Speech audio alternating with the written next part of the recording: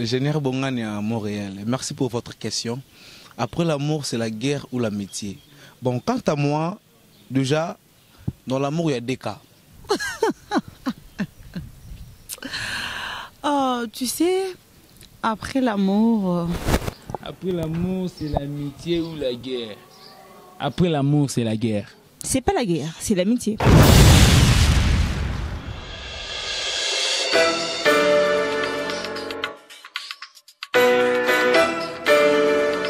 Ouais. Yokabaz, nous sommes là et nous continuons toujours de faire notre travail comme Nebisa Gibino que Yokabaz. Ils ont une nouvelle émission, beaucoup mais sans nango. Yokabaz alelo et tokolobelani. Voilà les sujets. Après l'amour, c'est l'amitié ou la guerre. Voilà, la base va répondre. Si après l'amour, ça sera l'amitié ou la guerre. Yokabaz.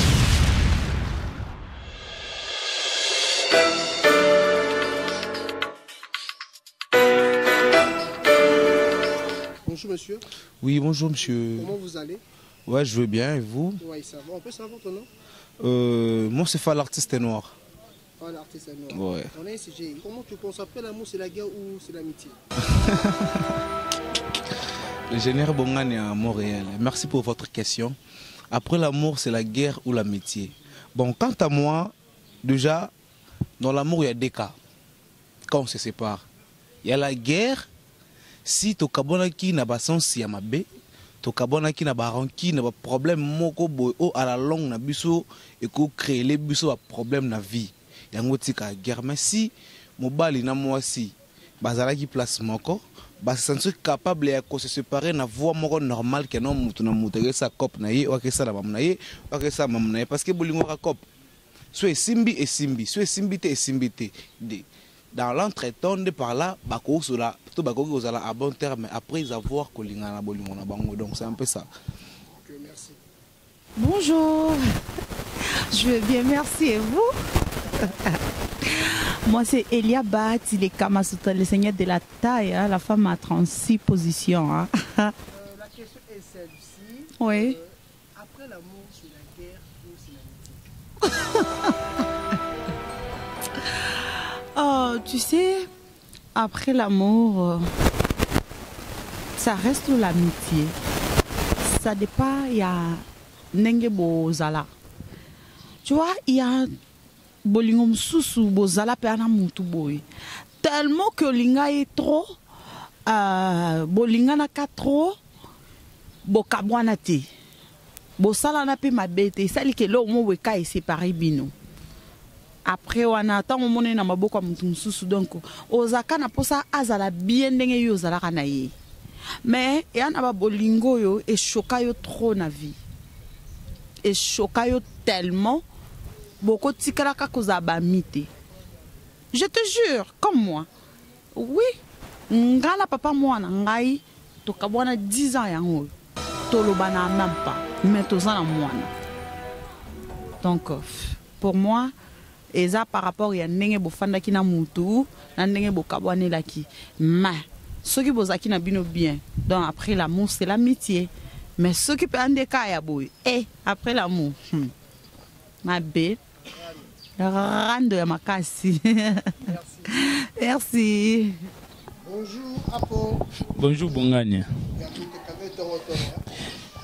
Kainga tongo.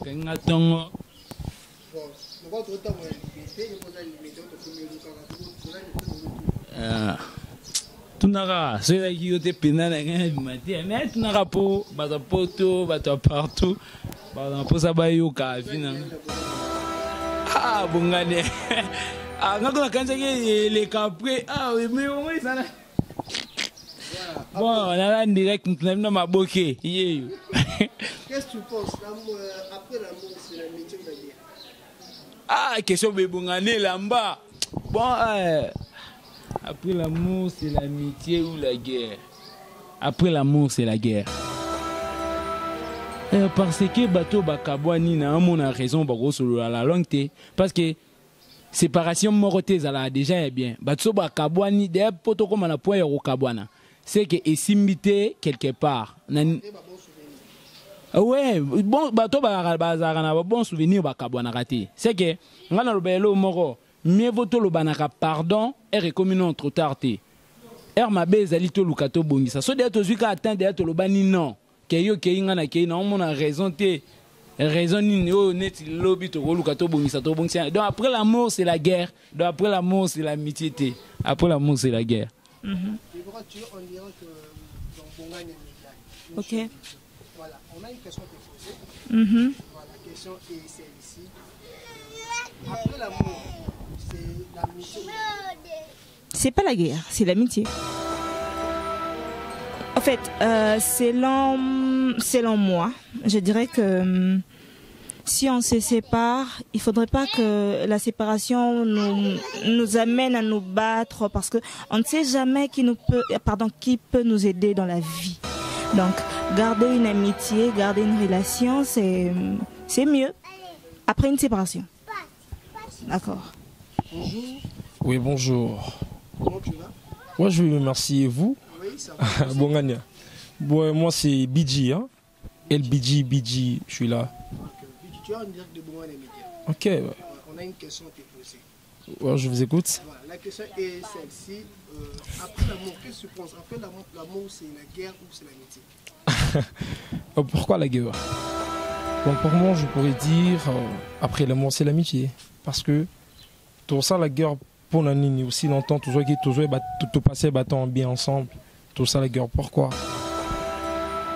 Je vivais avec une fille, tout Kabwani, c'est simple, tout ce qu'elle est ami. Non, ça n'est guerre, pourquoi? Tout bando solo en abisso normal, non bando bengayo, tu peux même me rendre visite chez moi à la maison. Donc, on rentre aux visites chez toi à la maison, c'est tout. Tout son rapport, tout bien rapport. Merci. C'est bon, merci. Bonjour, monsieur. Non, bonjour, papa. Bonne santé. Ouais, Pépélé. Tu veux comment on est? Comment on a dit Kando? Dikani. Oui, dit Kando, mon On est en aki. direct de Bongane Média. On a tout. Qu'est-ce que tu penses? Après l'amour, c'est l'amitié ou la guerre? Après l'amour, c'est l'amitié. C'est pas la guerre. Oui, parce que au moment où vous 8 ans, vous passez à revivre ensemble dans un moutou, quel est le bokabwani, à quoi bombo, beaucoup mabinemi. Parce que tant que vous avez un boulot moutou, on n'a pas sepel ça qui vous avez un malam pande au salapanayo. Total à ka mabiti. Vous comprenez? Bisonde ba Congolais, to biso ba imeto jouara mabito tchara liboso. Non seulement mabi, ils ont makama malam pe o moutou on a sepel ça qui yo, ils ont parcours ya vie. Et tenir l'été et s'imbiter et c'est que bokabwana. Vous comprenez? Même si nous amènons Satan à faire bakabwana qui. Donc au kabwana séparation ils ont mabiti. Donc il faut boyer banara ko kabwana to kabwana nenga malam to nenga mabi.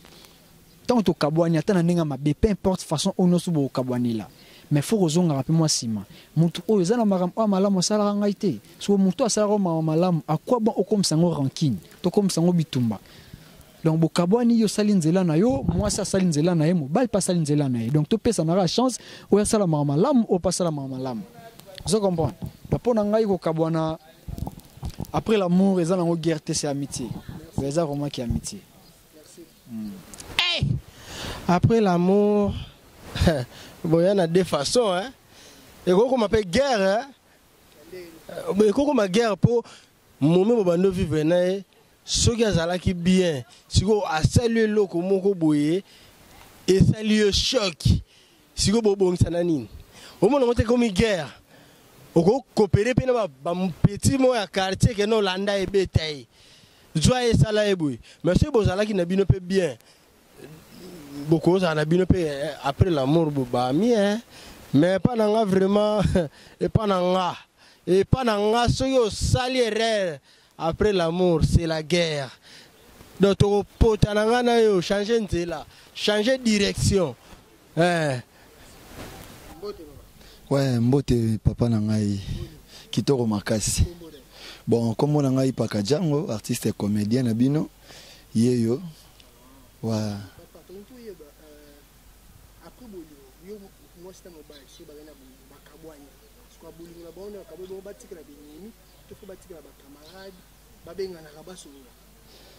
Na ndenge vraiment il y a kibomoto na sens moi vraiment ya kibomoto na monde ndenge zo évoluer na ndenge sengeli ndenge kaka toyebi ba français ba yesa biso après l'amour c'est l'amitié ngai vraiment na part na ngai mobali na moi so bakabwani bakokomaka babinemi te donc eloko kozongisa biso tokoma bacamarade wana eza babon moment oyo topasa okozala mwasi yango mpe ta bando vivre na ye aeda yo trop mobali yango mpe ta bando vivre na ye aeda yo trop so à quoi bon loka de bobo yani bokoma babinemi nga mpo na nga vraiment na vie nakondanaka mingi bamibali oyo ube basi oyo ezalaka ke bolingo esili bokomi loka babinemi mo boye bokuta na nzela tenzala aya boni omoni muninga na nzela kara mingi ndesko ezala kota ba basi ezala mingi kota bandeko na biso basi bandeko na biso basi balingaka soki bakabwani na ndeko mobali alingake yazwa na mobali mo liboso mobali avanda bongo so ba bamemela ngo na ndinga barando azwa na mobali amona mobali ya na bongo comme ça so mobali akomi oluka approcher omona comme ça bakana nini yango ngana muta niveau non ngana ndenge non o mate mobali nanga so d'autre part basi ne mutu bakoma kokomisa ngolo kwa binemi oui pona nga après l'amour c'est l'amitié na sens moko pe nanga pe na lingela yango wana mais basi nde batika babilo wana bakomisa so ba nguna na bango te to raisonna ba bon moment wana so bolingo esili tokuta ina nzela lisolo bokoza na fête ya famille bobengisinga na ye bokoza mwa lika mobwe okoza pe na posa mwa mbongo nakopesa yo parce que bo camarade déjà na kati wana donc après l'amour eza amitié babinemi wana vraiment pona ngezala na sens te.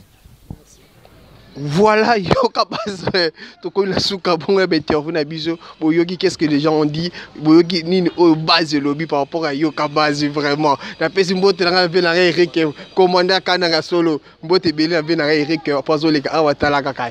Yoka Baz a répondu après l'amour, c'est l'amitié ou la guerre. En tout cas, Binomo boyoki ndenge nini ba doit répondre. Merci na Denis Mokantala za ngibona si ma caméra. Merci à mon papa d'amour Papa Apo Bunga de la Canada. Merci à mes collaborateurs, à mes collaboratrices. Bien, surtout, je vous aime bien.